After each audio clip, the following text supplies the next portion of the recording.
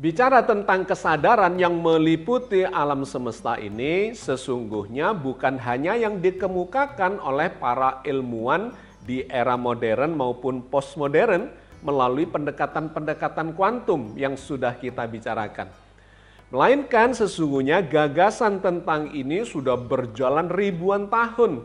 Sejak zaman Yunani kuno dilanjutkan abad pertengahan, kemudian era modern dan kemudian postmodern, semua itu berlangsung dalam sebuah evolusi pemikiran terkait dengan kesadaran yang meliputi alam semesta. Ini menunjukkan bahwa pikiran atau gagasan terkait dengan kesadaran yang meliputi jagat raya itu sesungguhnya sudah setua peradaban manusia.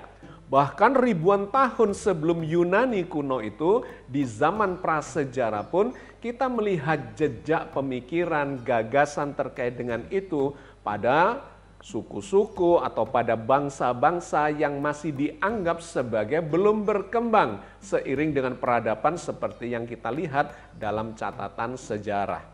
Manusia sudah berpikir, memahami, dan merasakan terkait dengan keberadaan kesadaran alam semesta itu.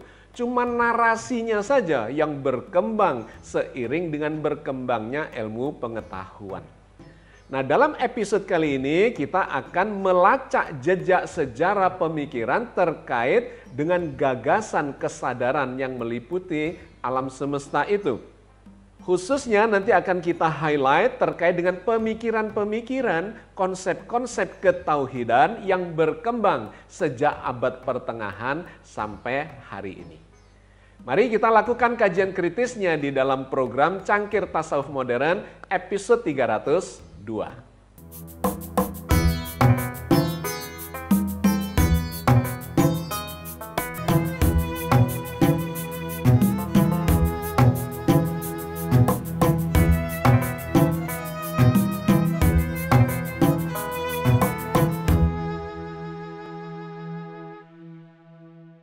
Assalamualaikum warahmatullahi wabarakatuh. Alhamdulillahirabbil alamin wassalatu wassalamu ala nabiyina Muhammadin wa ala alihi wa ashabihi wa ummatihi ajmain. Sahabat sekalian, kajian kita terkait dengan kesadaran yang meliputi alam semesta sungguh adalah kajian yang sangat menarik dan sangat mendasar. Yang di dalam agama kita, di dalam Islam itu disebut sebagai konsep ketauhidan. Dan di dalam Islam, konsep ketauhidan ini menjadi pondasi dari seluruh proses keagamaan kita. Dimulai dari pemahamannya sampai praktek dan pelaksanaannya itu menjadi pondasinya.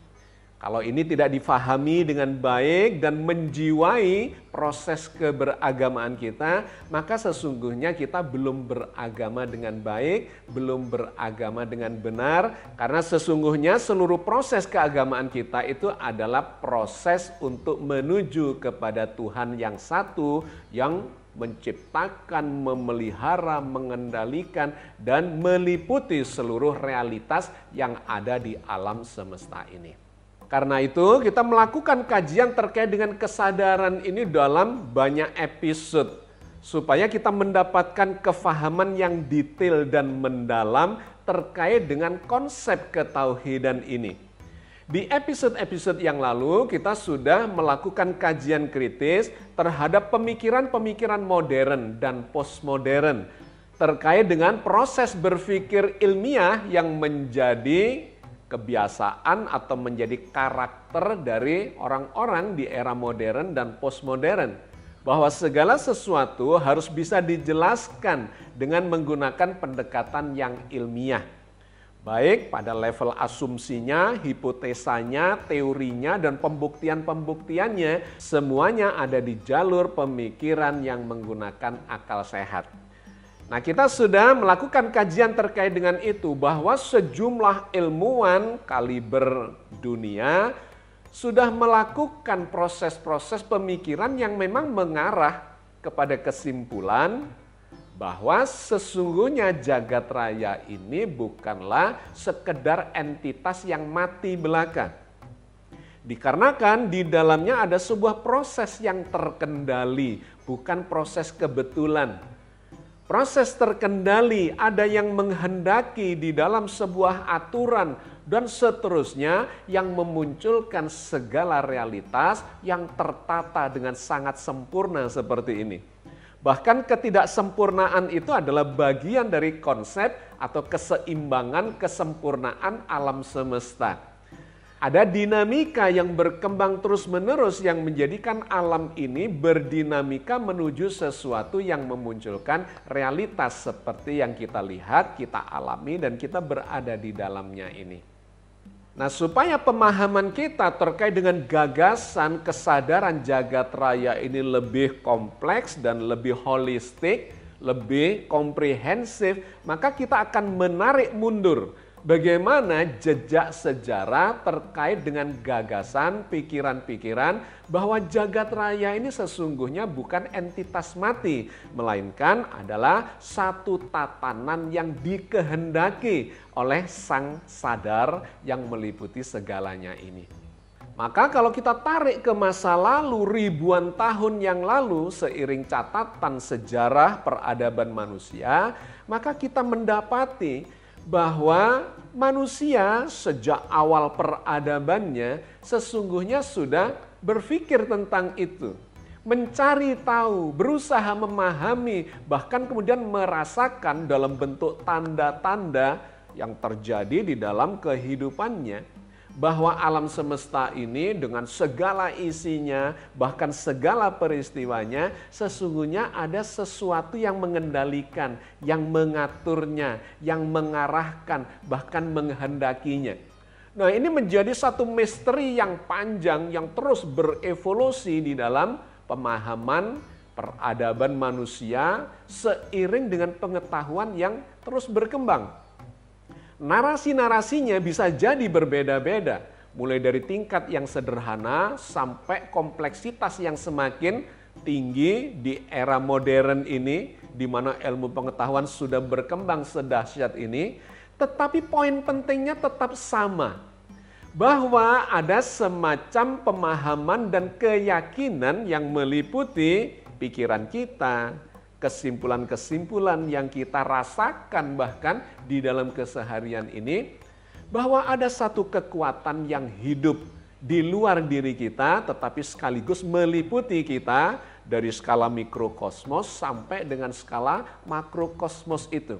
Kesimpulannya kurang lebih sama, tetapi narasinya berbeda. Dan tingkat kesadaran untuk memberikan gambaran terkait dengan Sang Sadar yang meliputi segalanya itu memang menjadi berbeda-beda, tetapi arahnya tetap sama. Karena itu sangat menarik untuk memahami, menelusuri jejak sejarah tentang gagasan ini.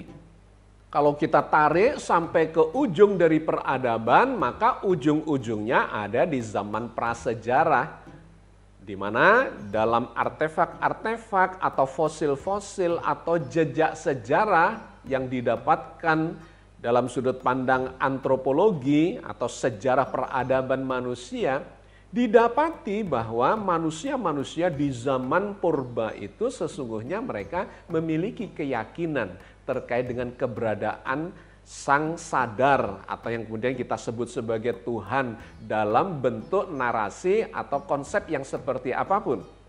Di era mereka itu dikenal ada satu keyakinan yang disebut sebagai animisme dan totemisme.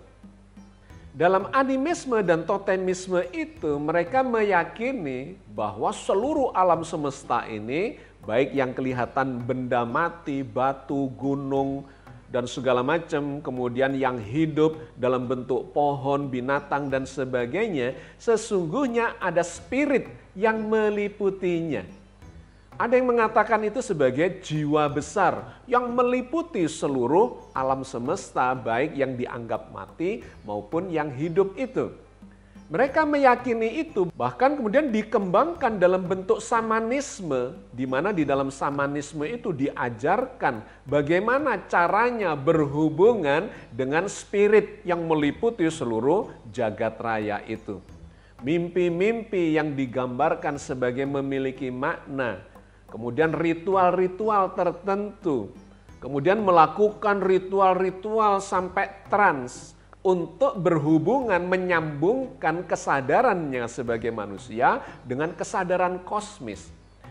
Nah, hal itu tercatat di dalam sejarah di mana kita menemukan jejak-jejak terkait dengan spiritualitas di zaman purba itu.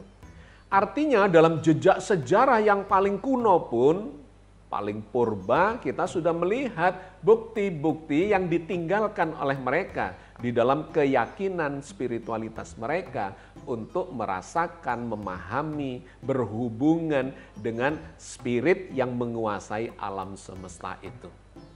Nah, jejak sejarah yang lebih muda dari itu, ratusan tahun kemudian, adalah yang ditinggalkan oleh peradaban Yunani. Di Yunani kuno itulah kita membaca dalam sejarah begitu banyaknya pemikiran-pemikiran yang filosofis dari para filsuf terkait dengan konsep kesadaran yang meliputi alam semesta itu. Beberapa di antaranya misalnya kita kenal nama Heraklitus yang kurang lebih hidup di sekitar 500 tahun sebelum Masehi. Dia memperkenalkan apa yang disebut sebagai logos, yaitu prinsip rasional kosmik yang mengatur segalanya. Bahwa dalam pendekatan yang rasional, kosmos ini atau alam semesta ini sesungguhnya memang memiliki bukti-bukti kuat mengarah kepada sesuatu yang terkontrol, yang terkendalikan. Kadang-kadang saja kita tidak mampu mengendalikan dengan kehendak kita, seakan-akan itu adalah sebuah kebetulan. Tetapi dalam konsep yang dia kemukakan tidak, secara rasional jagat raya ini sesungguhnya berproses dalam sebuah aturan yang sama yang mengarahkan kepada sesuatu tujuan tertentu. Yang kedua ada nama Pitagoras, di mana dia mengatakan angka dan harmoni musik misalnya itu mencerminkan keteraturan kosmis, bahwa semesta itu adalah organisme hidup yang memiliki dinamika-dinamika secara teratur dan terkontrol. Yang ketiga, kita mengenal nama Plato misalnya, di mana dia mengemukakan satu diksi atau istilah yang dia sebut sebagai world soul atau psyche tau kosmo, yaitu semesta sebagai makhluk hidup dengan jiwa yang bersifat universal. Kemudian Aristoteles yang hidup di tahun 384 sampai 322 sebelum Masehi, dia mengemukakan konsep unmoved mover, yaitu sumber gerak dan kesadaran kosmis yang menggerakkan segala sesuatu. Dan kemudian ada faham stoikisme, di mana tokohnya adalah Zeno dan Marcus Aurelius.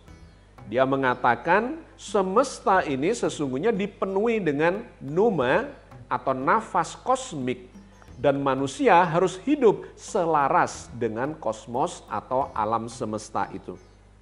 Banyak nama tokoh-tokoh filsafat di zaman Yunani kuno itu yang pada prinsipnya mereka berpikir secara logis, secara rasional, melakukan pengamatan dan kemudian menyimpulkan tanda-tanda yang ada di alam semesta ini, tetapi poin pentingnya mereka sama-sama berpendapat dengan narasi yang berbeda-beda, tapi intinya sama bahwa alam semesta ini sesungguhnya memiliki kesadaran.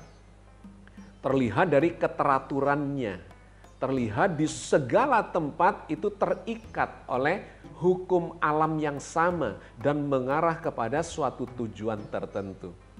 Sehingga meskipun tidak bisa membuktikan dalam konteks sains modern seperti yang kita anut sekarang ini dengan bukti-bukti yang objektif, tetapi semua tanda-tanda itu dikemukakan oleh para filsuf menunjukkan alam semesta ini sesungguhnya tidak mati, tetapi ada yang mengendalikan dan itu adalah sesuatu yang hidup yang berkehendak. Kalau di barat itu berkembang dalam pemikiran-pemikiran yang filosofis, logis, rasional, analitik dan seterusnya, maka di timur itu berkembang melalui agama-agama besar. di India, di Cina, di Timur Tengah, dan seterusnya yang memberikan arah pemikiran atau kesimpulan yang sama. Agama-agama besar ini pun mengajarkan tentang keberadaan sesuatu entitas yang hidup, yang maha berkehendak, yang meliputi seluruh alam semesta ini.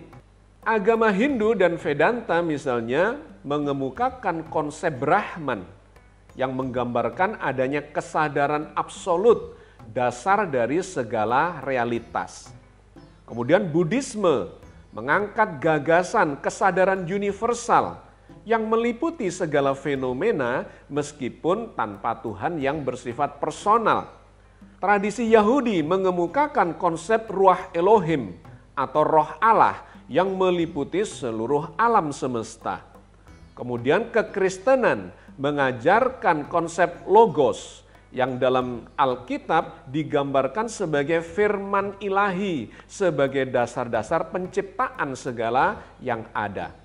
Dan di dalam Islam digambarkan dalam konsep tauhid, di mana Allah sebagai satu-satunya entitas yang meliputi segala sesuatu, maha mengetahui, maha bijaksana, maha berkuasa, maha berkehendak, seperti digambarkan di dalam sifat-sifat Asmaul Husna.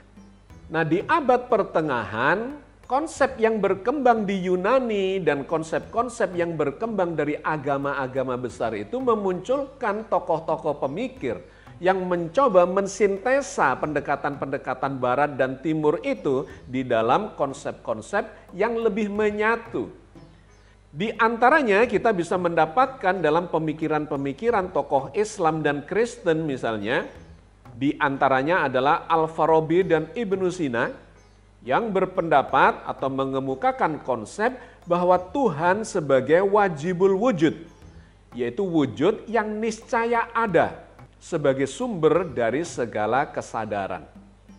Tidak mungkin tidak ada sesuatu yang mengendalikan alam semesta yang memberikan gambaran kepada kita bahwa alam semesta ini bukanlah entitas yang tidak punya kehendak, melainkan punya kehendak, punya aturan, dan punya arah kepada tujuan tertentu. Yang kedua, di kalangan Sufisme ada nama Ibnu Arabi dan Rumi yang mengemukakan konsep wahdatul wujud, bahwa seluruh realitas adalah manifestasi dari kesadaran ilahi. Ini adalah salah satu konsep yang kontroversial dikarenakan berpandangan bahwa sesungguhnya alam semesta ini cuma satu belaka, yaitu wujud dari Sang Sadar atau Tuhan Allah Azza wa Jalla. Sedangkan di kalangan Kristen muncullah tokoh Thomas Aquinas yang mengatakan bahwa Tuhan itu sebagai actus purus atau kesadaran absolut yang memberi bentuk pada segala sesuatu. Nah, pemikiran-pemikiran dari kalangan ulama dan agamawan ini terus berkembang seiring dengan peradaban yang terus melaju dan berkembangnya ilmu pengetahuan modern. Sehingga di era berikutnya para ilmuwan, para pemikir berusaha semakin menjelaskan dalam sudut pandang yang lebih scientific, mencoba mengkaitkan dengan perkembangan sains yang semakin mendominasi peradaban, dan mereka mengatakan bahwa semuanya ini memang harus bisa dijelaskan secara logis dan rasional. Maka di era berikutnya, di era modern antara tahun 1500 sampai 1800-an bermunculan pemikiran-pemikiran di era tersebut. Di antaranya adalah Descartes yang hidup di tahun 1596 sampai 1650 yang terkenal dengan ungkapan cogito ergo sum, bahwa kesadaran individu itu sebagai dasar dari segala pengetahuan. Dikarenakan kita sadar, maka kita menjadi merasakan segalanya ini ada. Kemudian muncul juga nama Spinoza yang hidup di tahun 1632 sampai 1677. Dia berpendapat Tuhan itu sama dengan alam semesta itu sendiri, Deus sive natura, bahwa kesadaran kosmik itu bersifat imanen atau menyatu dalam alam semesta. Spinoza berpendapat bahwa alam semesta itulah Tuhan itu sendiri. Kemudian muncul pemikiran dari Leibniz tahun 1646 sampai 1716, di mana dia berpendapat bahwa dunia ini terdiri dari monad, yaitu substansi-substansi kecil yang memiliki kesadaran. Dan kemudian Immanuel Kant tahun 1724 sampai 1804 yang mengatakan bahwa kesadaran manusia memberi struktur pada pengalamannya. Dan kemudian dunia itu tak bisa dipahami tanpa memiliki kesadaran. Selanjutnya di era modern dan postmodern antara tahun 1800-an sampai 2000-an muncul pemikiran-pemikiran yang terus berkembang seiring dengan zamannya. Di antaranya ada nama Hegel tahun 1770 sampai 1831, dia mengemukakan konsep geist atau roh universal yang berkembang melalui sejarah kemanusiaan. Kemudian ada nama Schopenhauer, di mana dia mengemukakan bahwa realitas terdalam ini sesungguhnya adalah will atau kehendak kosmik. Kemudian ada lagi nama Teilhard de Chardin, tahun 1881 sampai 1955, dia mengatakan bahwa evolusi dari segala realitas ini adalah menuju kepada omega point, yaitu kesadaran kolektif universal. Dan kemudian ada nama Carl Jung pada tahun 1875 sampai 1961, yang mengemukakan konsep uniknya yang disebutnya sebagai collective unconsciousness, yaitu ketidaksadaran kolektif, di mana itu menunjuk kepada lapisan kesadaran bersama seluruh umat manusia. Bahwa kesadaran seluruh umat manusia ini sesungguhnya terhubung secara kolektif. Dan perkembangan yang terakhir adalah seperti yang kita sudah bahas di episode-episode yang lalu, di mana para ilmuwan kuantum fisika modern pun kemudian ikut memberikan gambarannya, sudut pandangnya, konsepsinya terkait dengan jagat raya yang memang dalam sudut pandang mereka ini memiliki kesadaran yang meliputi segala realitas itu. Sehingga di dalam fisika kuantum misalnya muncul nama Bohr, Heisenberg, Schrödinger yang mengatakan bahwa kesadaran pengamat itu mempengaruhi realitas kuantum dari segala yang ada ini. Schrödinger mengatakan kesadaran itu tunggal, tidak ada kesadaran pribadi yang sesungguhnya. David Bohm mengemukakan teori implicate order, bahwa realitas tersembunyi di mana segala sesuatu saling terhubung itu sesungguhnya ada, tetapi kita tidak bisa mengukurnya atau memantaunya. Kemudian Roger Penrose dan Stuart Hameroff yang mengemukakan teori OR, di mana dia mengatakan kesadaran itu muncul dari proses kuantum di dalam otak. Dan kemudian ada nama Amit Goswami yang menjadi tokoh sentral monisme idealis yang mengatakan bahwa kesadaran adalah dasar dari segala sesuatu, bukan materi yang menjadi dasar dari segala sesuatu itu. Dan Rupert Sheldrake mengatakan melalui morphic resonance, semacam memori universal yang menghubungkan semua organisme.